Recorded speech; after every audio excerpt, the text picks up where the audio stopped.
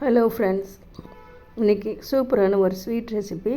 நம்ம வேண்டான்னு தூக்கி போடுற தர்பூசி பழ தோலை வச்சு சூப்பரான ஒரு ஸ்வீட் ரெசிபி ஹல்வா எப்படி செய்யலான்னு பார்க்கலாம். அதுக்கு தர்பூசணி பழம் வாங்கி இந்த சதையெல்லாம் சாப்பிட்டுட்டு பழத்தோலை தூக்கி போடாமல் இது மாதிரி நம்ம நல்லா கழுவி சுத்தம் பண்ணி வச்சுட்டு மேலே இருக்க தோலையெல்லாம் எடுத்துகிட்டு காய் சீவுறதில் நல்லா பொடி பொடியாக சீவி வச்சுக்கணும்.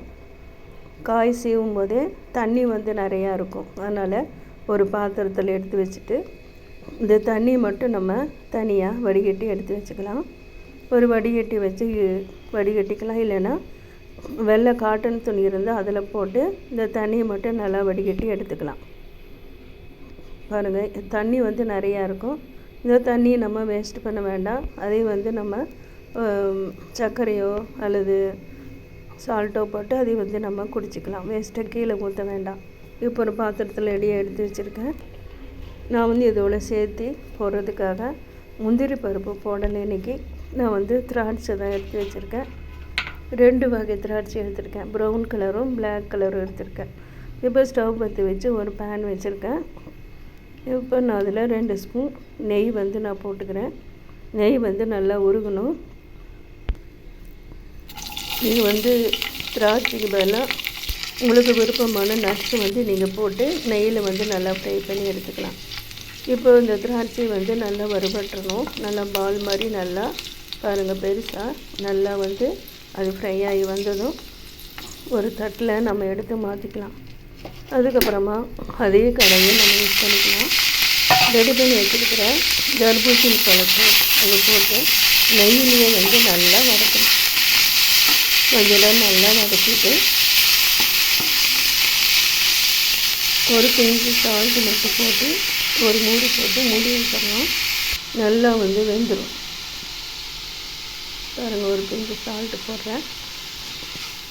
அப்போ தான் உங்களுக்கு இனிப்போட சுவையை கொஞ்சம் தூக்கலாம். நம்ம சாப்பிட்றப்ப நல்லாயிருக்கும். இப்போ ஒரு மூடி போட்டு மூடிட்டேன். இப்போ நல்லா வெந்துருச்சு பாருங்கள். அதுக்கப்புறமா நான் சர்க்கரை போடுறேன். நீங்கள் நாட்டு சர்க்கரை, வெல்லம் அது மாதிரி கூட நீங்கள் போட்டுக்கலாம்.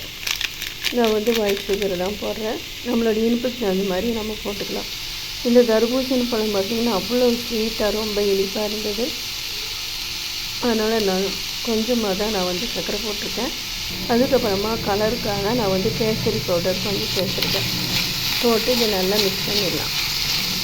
இது சீக்கிரமாகவே நம்ம செஞ்சிடலாம்.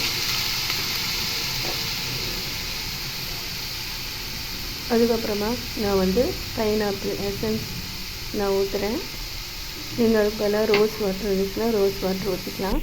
இல்லைன்னா 3 ஏலக்காயை பொடி பண்ணி அதில் போட்டுடலாம். இப்போ இது நல்லா இந்த தர்பூசணி நெய்யிலேயே நல்லா ஃப்ரை பண்ணியாச்சு. அதுக்கப்புறமா திராட்சை நம்ம வறுத்து வச்சுருந்தோம் பார்த்தீங்களா, அதை எடுத்து நான் இதில் போட்டுட்டேன். அவ்வளோதாங்க, சூப்பரான தர்பூசணி பழத்தோல் அல்வா ரெடி. இதை நீங்கள் செஞ்சு கொடுத்து பாருங்கள், யாரும் வேண்டானே சொல்ல மாட்டாங்க. அவ்வளோ சூப்பராக இருக்கும். நீங்களும் மிஸ் பண்ணாமல் இந்த ரெசிபி செஞ்சு பாருங்கள். செஞ்சு பார்த்துட்டு உங்களுக்கு பிடிச்சிருந்துச்சுன்னா ஃப்ரெண்ட்ஸ் அண்ட் ரிலேட்டிவ்ஸ் கூட ஷேர் பண்ணுங்கள். சப்ஸ்கிரைப் பண்ணுங்கள். மீண்டும் இதே மாதிரி ஒரு நல்ல ரெசிபியோட, சூப்பர் ரெசிபியோட அடுத்த வீடியோவில் உங்களை எல்லாம் நான் சந்திக்கிறேன். தேங்க்யூ ஃபார் வாட்சிங்.